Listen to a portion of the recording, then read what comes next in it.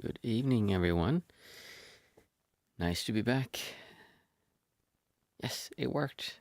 I just had a new system for taking care of the stream and everything. So now I just press a button, and it changes if it's the introduction or if it's the camera showing. That makes life much easier for me. Just gonna close this window here.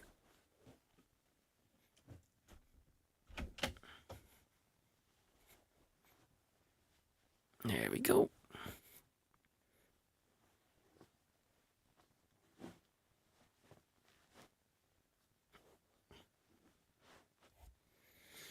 So it's Thursday. Time to have a nice, calm sitting. Hopefully, you've had a better week than I had earlier. We had the stomach flu, which is a thing that's very common in Sweden. You basically goes around all the daycares, especially in schools, and you get a really bad stomach, diarrhea and vomiting. Depending on how it is, many times it'll last for 24 hours, sometimes a little bit longer than that, and you just vomit the whole time, and you get so tired, you get dehydrated, and then the bad part is that often the whole family gets it at the same time, so everyone's going to be sick, and then everyone's vubbing being home from work and just staying home with the kids, and it can be a little bit tough. So last Monday, I wanted to go, but if I would have gone, I was vomiting at the time, so I would have just sat here and meditating, and, blah, and I thought it's better you just don't need to see that. So it was I missed it, and I would have really liked to be here, but I thought it's better if we wait until another time, and then we do it again. So now it's Thursday, and now it's time to sit. Also, it was a guided meditation on Monday, and I honestly don't think I could have handled that. My throat was so sore from all the vomiting that I don't think it would have actually worked. So yeah, I apologize for that, but we're back today again. I thought the Thursdays are kind of nice because it leaves it open for everyone to do whatever sitting you want. On the Mondays, well, actually Mondays, even though I do the guiding, you can do whatever kind of meditation you like, of course. If you want to follow along with my breathing exercise, you can do that, or the breathing meditation, and the mindfulness practice in the beginning when we do the 5, 4, 3, 2, 1 method. That's also a really nice way to start, but you don't have to. You can, of course, just come and join in to be together with everyone else and meditate. The Thursdays, I just thought it's a nice extra time just for me to come and sit, and for people to come and sit and ask questions. And sometimes there's a lot of people, and sometimes there's not so many people here, and that's fine either way.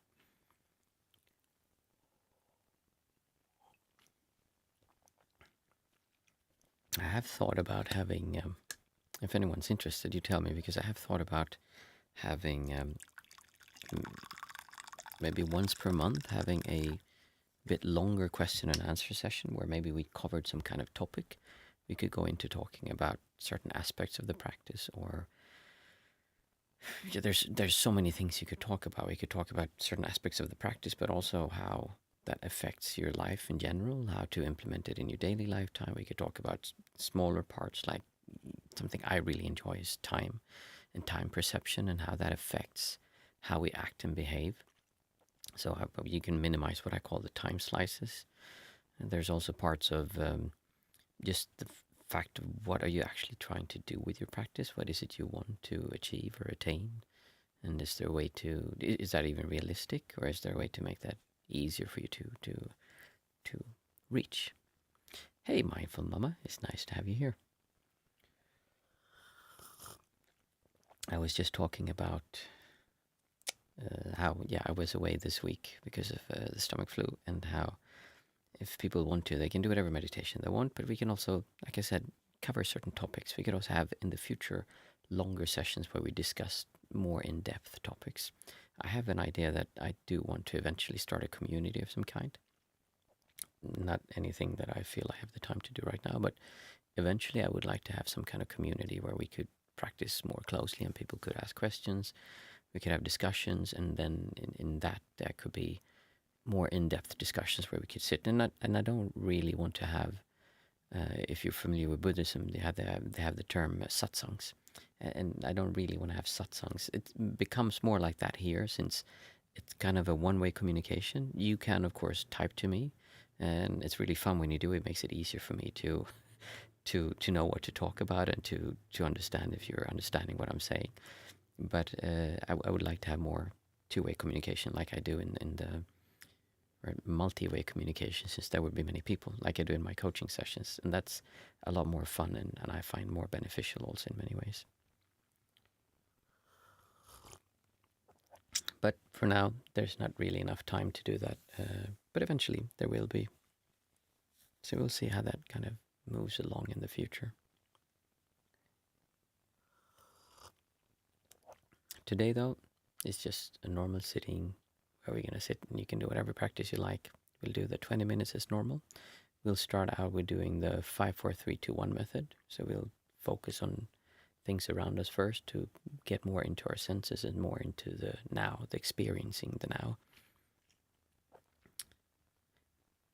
And then after that, we'll do, as I said, 20 minutes sitting. And if anyone has any questions, we'll do a question and answer after. If there's no questions, that's perfectly fine. I'm still quite sore and tired from the stomach flu, so I don't mind. Hey, Tim, nice to see you again. Then if there's no questions, that's fine. We can just stop also. So, let's see. Prepare everything. We'll start with the 5, 4, 3, 2, 1 method, like we've done so many times before. So you can just do it along with me. I'll say out loud, and it helps if you say it out loud instead of just in your mind. So you actually stop and you become aware of it. So I see around me, I see a chimney, I see a door lock, I see a window, and I see some sound cancellation boards, and I see a lamp. Those are 5 things that I can see. And 4 things that I can touch is this nice woolen sofa. I can touch the floor. So it's a really interesting texture, actually. I can touch my metal thermometer, and I'll touch the warm cup. And then after that, we'll say 3 things that we can hear. And right now, it's quite windy outside. Even the whole office is actually shaking. I can hear the wind. And I can hear some kind of ticking in the walls. I don't know if it's the metal that's expanding and contracting. And I hear the computer fan. And then after that, we take 2 things that we can smell.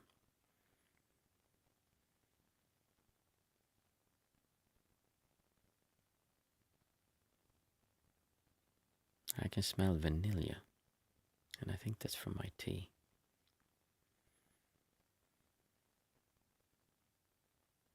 And I can smell some kind of chapstick. I think that's from my fiancée. Cherry? No. Or maybe that's the vanilla. Or some kind of chapstick smell. And then 1 thing that we can taste.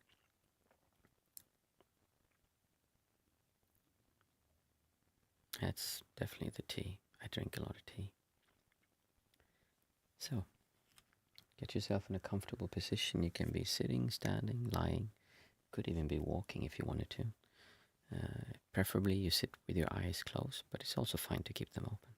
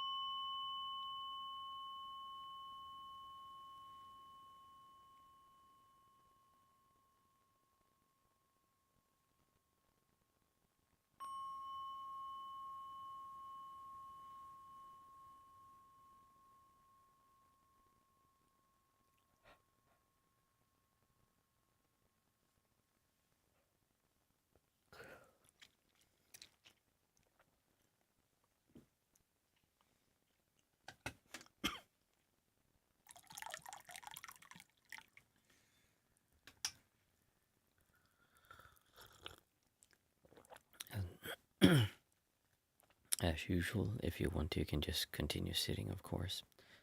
And you're also welcome to ask any questions if you have any. I also said in the beginning of the stream, and I'll say it again, that I'm sorry about Monday. I couldn't join because we had the stomach flu. The whole family had it pretty much. So it was just vomit, diarrhea, and just feeling really, really bad. And I thought it would be not such a good idea to come here and sit and then in the middle of the meditation have an accident. So I'm sorry about that. I don't think I've ever missed intentionally one. I had one time where I accidentally put the stream on private, so that was kind of an accident. Is everyone? Yes, everyone is better now. Our youngest one, he's still feeling a little bit weak. He's still a little bit grumpy, not really getting enough food, but we're doing better. It's a really common thing. I think Sweden is not unique, but since it's colder here, it's worse, I've heard, and might have something to do with our something. So wintertime, it really is a thing that goes around, and everyone is scared, just really scared of it, because when you get it, it's gruesome, and it can be really tough, especially for infants. It's hard. It's just vomiting regularly once every hour, usually, and then it can be, this time it was sometimes 4 or 5 times per hour for a few hours. Oh my god. So no one really wants it. And then when someone says they have it, it's like, oh, stay home from work, just don't come here, don't look at our place on the map, like, just don't go anywhere near thinking about it, because no one wants it. It's quite bad, and they have problems at the daycare because it goes around so much that one kids get it, and then they lick on everything and just they kiss each other. They're just like everywhere, so they get contaminated very easily, and then they have it and they just can't get rid of it. So it's happened that they actually close down schools and daycares because it just won't go away. It's kind of a common thing here. I don't think it's that common in the rest of Europe. I'm not sure if there are other countries that have it. I know some countries have more immunity to it also, so it could be something like that. The nice thing is, though, after it's over, it's so nice to just not vomit. Can you imagine life without vomiting? Isn't that amazing? It's just incredible to be able to live and walk around and not feel like shit the whole time and not vomit. I mean, that's the dream, and that's what most people have. But when you don't have it, then you want it, and then you have it, and then you can, like, it's nothing special. But really, being able to walk around and move freely and not experience pain the whole time is really, it's a gift. It really is. And you do appreciate it more after you've been sick. You really do.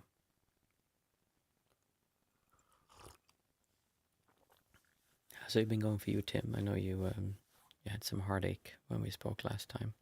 Has it been going better?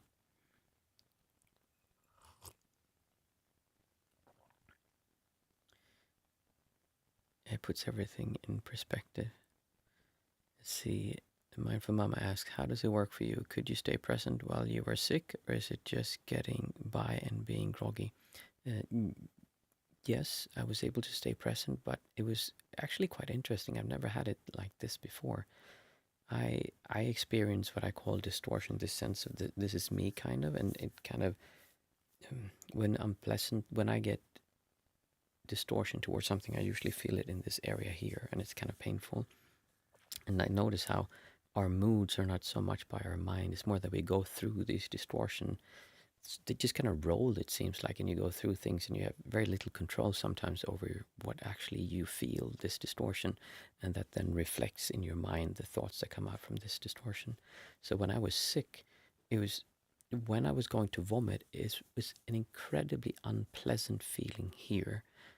My body was quite relaxed, but I really felt, and it was so nauseating, and so, oh my goodness, this is just, even for me, overwhelming. I could barely observe it because it was just, I could see how what I wanted, what the body was trying to give me, this distortion, and it just wanted to kind of give it up. But since I was observing it, I could actually feel this really intensely strong, repulsive feeling inside of me that just made me feel terrible. And I can usually, when I have a strong distortion, just relax into it and kind of not resist it, and then it kind of goes away, because it's the distortion, and then you keep pushing against it and you make it stronger, And that was really difficult for me to do because this was so strong and it was different than normally. Normally you vomit and then you, oh, that was nice. Especially a daughter, I remember, I think it was last Christmas we had it. She would be so sick and she'd vomit and then she'd just be, wow, everything's fine. And she'd jump around and then she'd get like bad after an hour and she'd, oh, I feel so bad, Papa. And then she'd just jump around, be like normal. But this time it was not like this. So this flu was a bit different. It really felt like I vomited and I still had this feeling here. So it was a strong sense of distortion connected to this. I'm thinking if maybe that's part of the thing that makes the body vomit, because it was such an unpleasant feeling here that made the stomach vomit. I'm not sure what would happen if you didn't have the distortion. Would I then not vomit? Or, yeah, I'm not sure. But it was very interesting. I'm happy I don't have to observe it the whole time, because that would not, yeah. There's no reason to make your life more difficult than it is. Tim is writing, I have a strong urge to learn how to fight recently, so I joined an MMA gym. It feels healthy to address my masculine side. Sometimes, do you think this is a conflict to learn a peaceful life? No. I mean, why? It depends on how you do it, of course. The martial arts has long been associated with mindfulness practices and other kinds of meditation, so there's not really anything inherently wrong with it. It's just that it's quite easy to, if you have, it depends on how you want to see it. It can give you a more secure sense of you. If you have a really strong sense of I need to protect myself, then it can calm that down by feeling more confident. Oh, I don't need to worry so much. So there's something good in that. And I think it's a really good thing to do. Being able to defend yourself that's not a bad thing. The problem is that many people go into it and they're like, yeah, we're going to do this. And you get pumped up kind of. And you get this strong, here's me and I'm going to fight this person. And there's a lot of this going on. So that is a distortion if you have that. But that doesn't mean you can't go into a fight and just feel, oh, it doesn't really matter who wins here or what happens. I'm going to go into this fight. If you do practice fights, I don't know. I'm just going to go into this fight, and the main goal here is that no one gets injured, and that we learn something, and we see who is better at doing these things, because that's a relative thing. Like some people are going to be better at fighting than others. I would be absolutely terrible because I have neck injuries and problems everywhere, so I wouldn't really be able to fight, and that's just a fact. I mean, there's nothing wrong with that. So you can look at this and then go into the fight and approach it from a perspective of just, as I said, a non-distortion. So in and of itself is not really a problem. It depends on how you approach it. Mindful Mama is saying, it sounds like contractions while giving birth. No, this is much worse. This is much, much worse. I mean, I'm a man. Obviously for men, life is worse. Right? Tim is saying, why are you laughing? I'm serious. No, I'm kidding. Men always like to think that we have it hard. I have to say, there's a Swedish commercial that was really famous when I was a kid, of a man who's sitting with a pair of napkins and says, I have a cold. Let me tell you, women, you talk about giving birth, but there is nothing as painful as a man with a cold. Oh, honey, give me and they take some kind of medicine. I can't even remember what the advertisement was for, but it really sums up how we men see it when we're sick. Yeah, you're welcome, Mama. It's the Esperanza. Tim is saying, yes, but MMA is really brutal. I also enjoy watching fights very much. Generally speaking, control of the body is also control of the mind. Yeah, generally. Is it Ewan McGregor? I've seen him fight once or twice. He seems really brutal. I mean, it's up to you. I personally would never do MMA. I did jiu-jitsu when I was younger, and I really enjoyed that. I enjoy how you twist to get people to move, and it's kind of anatomy, and it's really interesting. It's kind of soft, and I also did Tai Chi, where you did these like kind of. I mean, the style we did, I never really got into. Actually, I have a friend who was a Swedish champion. I think it was European.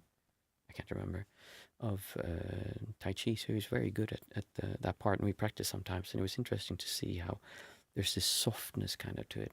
I'm not sure if that's the best fighting technique, but it was really a mindful way of practicing self-defense.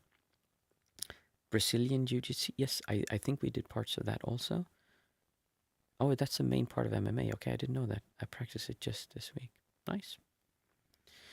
I say mindful mama. I went to a Thai boxing fight one day. I had so much against it, but but once I was there, I loved the energy, but it was also very brutal. I mean, fighting is brutal. The thing is, when you have no distortion, fighting just doesn't make much sense. It doesn't mean you can't defend yourself. It's just that the brutality of the fighting, this like me against you, is not there. That doesn't mean you can't do the movement and you can't fight someone. But there is a lot of self in fighting generally. And I think it causes a lot of misconception also, because people think, well, if I don't have a self, I wouldn't defend myself. That's not true. I mean, it would just be dumb if someone starts hitting you to just stand there. Oh, there's a fist coming towards me. I know how to get out of the way, but I'm just going to stand there and take a fist to the face. That just doesn't make any sense to do. But it also doesn't.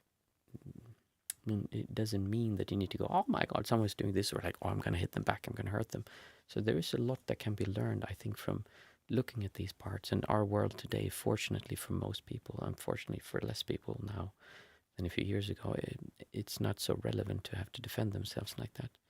But it is something that is, I mean, it's a good thing to know. I remember feeling very split, mindful mama says. And me too. I can enjoy seeing the. I remember I watched Mike Tyson when he was fighting sometimes. That guy is just brutal. He's so brutal, but it's also fascinating to see someone like that. They're so in shape, and when they punch, it's so fast. I would probably die, honestly, if someone like that would hit me in the face. I don't think I would survive. And these people are punching each other like that. It is fascinating in one way to watch. I think it's also that part of us that are fascinated by violence, because there's something really primal, something tied to me staying alive that is connected to fighting. Tim is saying, and I practice Tai Chi with my dad. Nice. It is a beautiful movement of meditation. Yeah, I mean, Tai Chi is meditation when it's done like they do in the squares in China. I don't actually know if they do that, but that's how they portray it. But it also is a fighting form. And as I said, my friend, he actually did it as the fighting form. And then they do those practices to kind of learn the movements, but then they actually fight with that. And it's not like watching an MMA fight. It's softer, but it's definitely fighting. And you can do that against someone who fights you. And he's actually had people, when he was out one time, I remember one time he told me when someone picked a fight with him when they were out just partying, and he could fight. And he said it was just very, yeah, it was not really fair, because he could avoid what they were doing. And he didn't have to punch them, beat them in the face. He could just take them and bend them down, and they couldn't do anything. You could just hold one guy with one arm and then stop the other guy at the same time. I think there were more people, but never mind. Yeah, Tai Chi is very nice. Tried this last summer and really liked it. There is also so much behind every movement in Tai Chi. Yes, there is. There's this kind of flowing thing. I remember me and my friend, we did these things where you just kind of, there's a set of movements you do kind of, and I know I'm just doing weird things with my arms that look cool. But we did that, and then we stood against each other and we did that, and it's about doing it faster and faster, and then you improvise kind of. And it was very nice to see how you got so in tune with that person when you were doing that, and you just kind of learned to kind of flow. And it was not at all me pushing against it. It's the other way around. It was soft, and it's just kind of going with the flow. And I think that's kind of how that fighting form is. Again, I don't know if that people keep thinking, is that the absolutely best way to fight? Or I don't know, but that's a way to combine being mindful and present now without having such a strong sense of self while still defending yourself. If I would do anything again now, I think it would be something like that. I honestly don't think my neck could handle that, but I would like to do it otherwise. I see Tim. No, Mama is saying again, I don't have any questions today, but it feels just nice to hang out with you guys. Thank you for meditation. Thank you, too. I actually feel like going to bed because I'm getting a little bit tired. But it was very nice to sit with everyone. And it was nice to be back again, and especially since I missed last time, which I really try not to do. But it was just one of those times when I couldn't. So, Tim is saying, I learned from rock climbing and sports in general that the body is very nice and anchor for the present moment. It is. It's actually I would say that the whole maybe not necessarily the body, but the senses.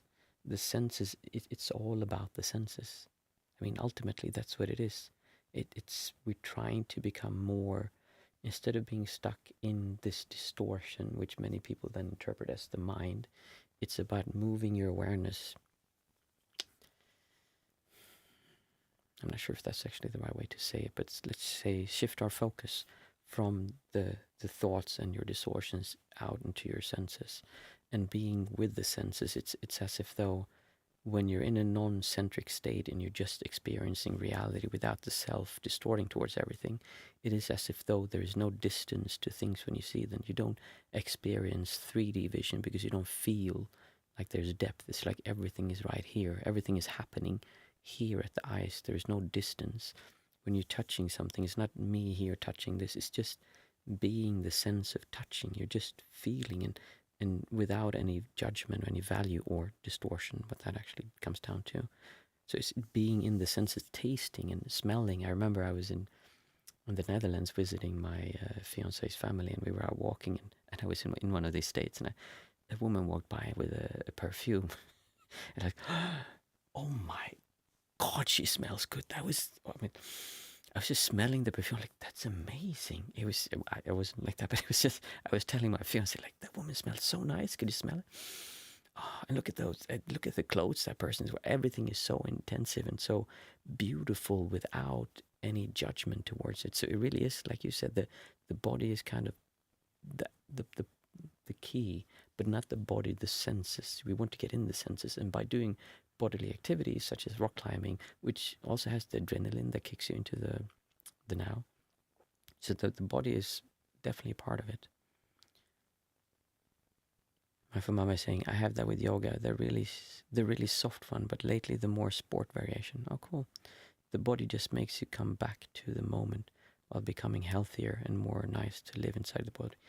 Yeah, because it's, as I said in the before when I was talking about being sick, there is no reason to make life more difficult than it is, and it is inherently more pleasurable to be in a healthy body than an unhealthy body. So why would you not be in a healthy body? Why would you not be in a healthy body that is not punched in the face?